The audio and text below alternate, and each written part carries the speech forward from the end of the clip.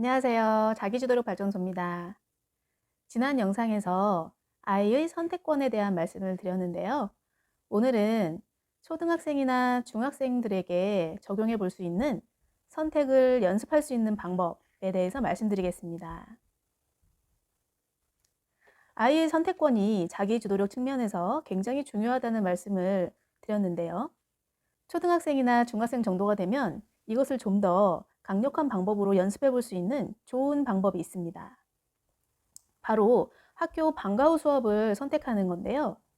보통 아이들이 방과 후 수업을 선택할 때 본인의 의지대로 하는 경우는 많지 않은 것 같습니다. 학교에서 희망원을 받아보면 대부분 엄마와 상의해서 엄마가 들으라고 하는 것들을 표시해서 가지고 오는 경우가 많은데요. 저는 이것이 조금 안타깝습니다. 학교에서 운영하는 방과 후 수업은요, 굉장히 비용도 저렴하고 분기별로 수업을 진행하기 때문에 1년 동안 여러 가지 활동을 경험해 볼 수 있다는 장점이 있죠. 그런데 이것을 엄마가 생각했을 때 우리 아이에게 필요할 것 같은 수업을 듣게 하는 것은 조금 아까운 기회를 놓치고 있다고 생각이 듭니다. 왜냐하면 엄마들은 보통 방과 후 수업을 선택할 때 학업에 도움이 되느냐, 그리고 우리 아이가 좀 부족한 능력을 보강해 줄 수 있는 수업을 선택하기 마련입니다. 하지만 대부분 그런 것들은 아이들에겐 흥미가 없는 것일 경우가 많습니다. 당연하게도 못하는 것, 부족한 부분을 보강해 주길 원하기 때문에 그것들에 자신감이 없기 때문이죠. 방과 후 수업을 선택함으로써 아이를 자기 주도적으로 키우는 방법은 다음과 같습니다. 아이가 해보고 싶었던 것, 정말 순수하게 한 번은 경험해보고 싶었던 것들을 적극적으로 선택하게 하는 겁니다. 다양한 경험을 쌓는 측면에서도 좋지만 아이 손으로 직접 선택하게 함으로써 앞으로 일어날 과정을 본인이 직접 경험하게 해보는 것이 주된 목적입니다. 예를 들어 전혀 학습과 관계없을 것 같은 꽃꽂이 수업을 신청한다고 합시다. 만약에 아이가 원래 꽃을 좋아해서일 수도 있고 꽃꽂이를 가르치는 선생님이 좋아서일 수도 있고 아니면 친한 친구가 그것을 수강했기 때문에 그것을 선택했을 수도 있습니다.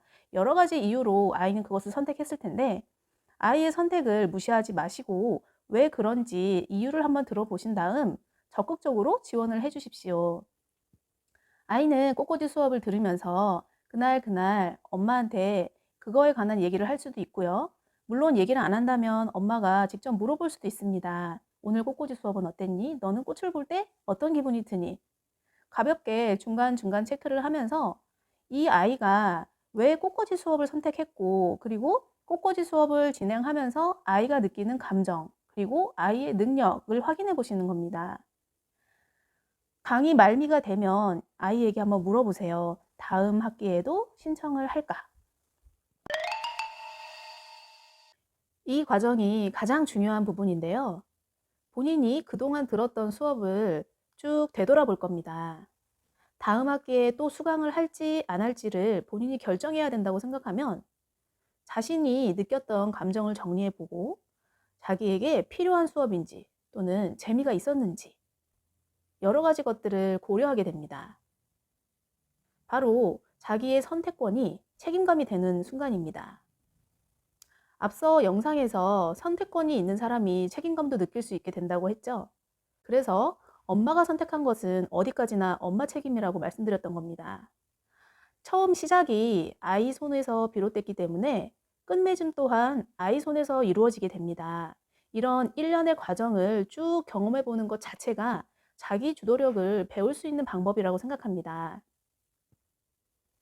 이런 연습이 반복적으로 이루어진다면 아이는 그다음부터 엄마가 시키지 않아도 본인의 생각을 들여다보고 본인이 원하는 것이 무엇인지를 계속 생각하게 됩니다.